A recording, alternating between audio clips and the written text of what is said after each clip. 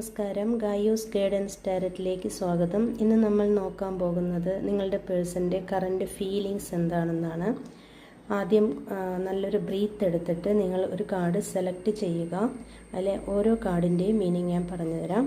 ആദ്യത്തെ card select ചെയ്തവർക്കായിട്ട് 4 of swords ആണ് വന്നിട്ടുള്ളത്.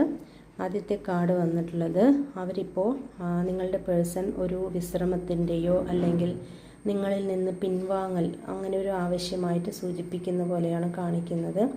ഒരു പക്ഷേ ഈ വ്യക്തി മാനസികമായോ ശാരീരികമായോ തളർന്നിരിക്കുന്നൊരവസ്ഥയിലായിരിക്കാം, അല്ലെങ്കിൽ സംഘർഷങ്ങളായിരിക്കാം, അവർക്ക് ഒരുപാട് സമ്മർദ്ദങ്ങൾ ഉണ്ടായിരിക്കാം.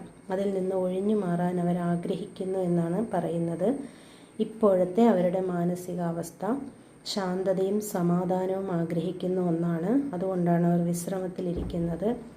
ഊർജം വീണ്ടെടുക്കാനും പഴയ സ്വയം പരിചരിക്കാനും അവർക്ക് ഏകാന്തത ആവശ്യമായിട്ടുണ്ട് എന്നാണ് കാണിക്കുന്നത്.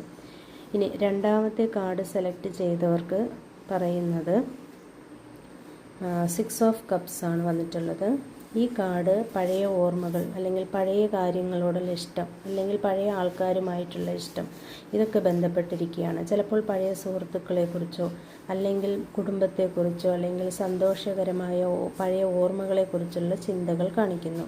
ഇപ്പോഴത്തെ അവരുടെ മാനസികാവസ്ഥയിൽ ഒരുതരം നൊസ്റ്റാൾജിയാണുള്ളത്. അതായത് മുൻകാലത്ത് ഉള്ള ആൾക്കാർ, ഇപ്പോൾ ബന്ധമില്ലാത്ത മുൻകാലം ബന്ധമുണ്ടായിരുന്ന ആളുകളുമായോ സാഹചര്യങ്ങളുമായോ വീണ്ടും ബന്ധപ്പെടാൻ അവർ ആഗ്രഹിക്കുന്നുണ്ടാകാം.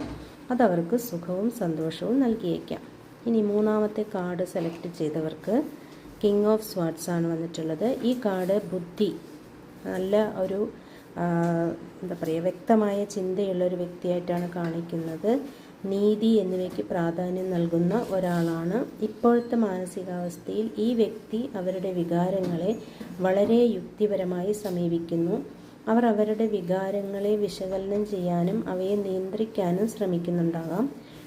വ്യക്തമായ തീരുമാനങ്ങൾ എടുക്കാനുള്ള ആഗ്രഹം അവർക്കുണ്ടാകാം. ഈ 3 കാർഡുകളും നമ്മൾക്ക് പറയുന്നത് ഓരോ രീതിയാണ്. അതുകൊണ്ട് ഓരോരുത്തരുടെ സാഹചര്യം അനുസരിച്ച് അത് വ്യത്യാസപ്പെട്ടിരിക്കാം. നോക്കുക.